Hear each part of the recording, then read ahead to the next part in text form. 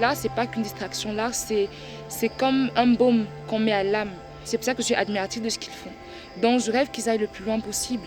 Je rêve que tout le monde puisse profiter de ce qu'ils font. Qu'ils aillent partout dans le moindre village africain qu'il y a.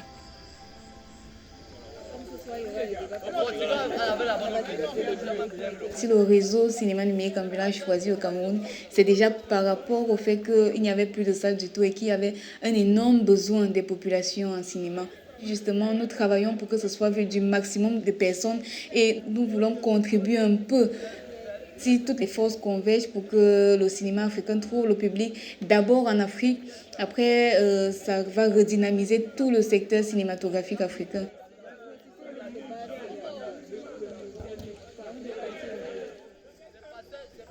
Ce soir, nous diffusons à l'Université catholique, qui est l'une des plus grandes universités d'Afrique. Depuis le mois de novembre 2013, nous avons initié cette projection mensuelle pour donner l'opportunité aux étudiants de cet établissement d'avoir accès au meilleur du cinéma africain. J'en ai assez, ma tante.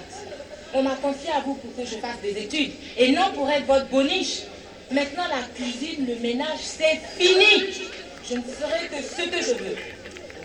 Le cinéma, c'est pour tout le monde. Il faut aussi que les populations rurales puissent avoir accès à ce genre de divertissement.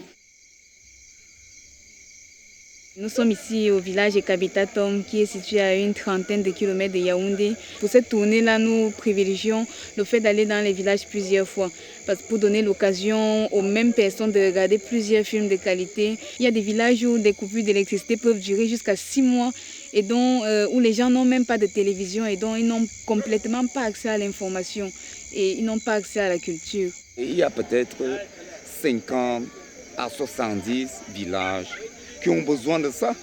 Moi, j'aime découvrir les choses de mon village d'abord. Les images qui se passaient là, c'était les images de ce village.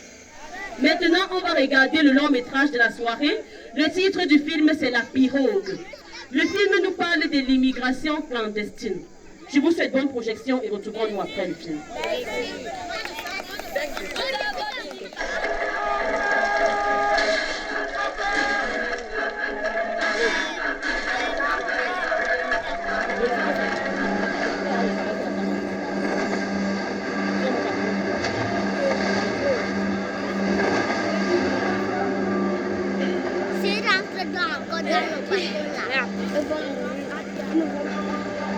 L'autre qui va commencer à pleurer là maintenant.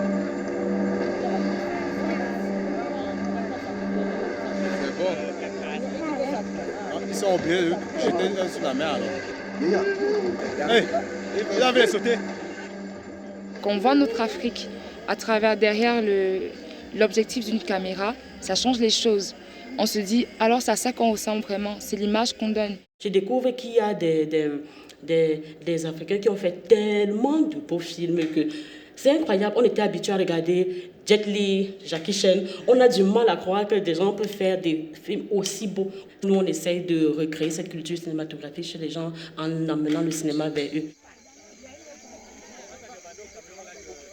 On installe le débat dans un esprit de convivialité et les gens se sentent libres de dire ce qu'ils ont sur le cœur, de parler même à leurs parents à qui ils ne parlent pas peut-être dans les maisons. On espère qu'après, ça crée le dialogue entre les gens du village. Donc moi, je rêve d'un cinéma, un cinéma meilleur. Réellement, je rêve d'un cinéma qui montre l'Afrique sous ses meilleurs jours. Pas seulement sur les jours de souffrance ou de maltraitance, de trafic, de viol, etc. Mais qui montre une jeunesse qui veut changer les choses. C'est-à-dire une jeunesse dynamique, qui veut bosser, qui veut agir dans l'art, dans différents milieux. Mais au moins que ce soit vraiment une Afrique qui s'épanouit, quoi. Et je pense que si on arrive à filmer, à capter les bons moments de notre Afrique, on saura mieux se vendre à l'extérieur.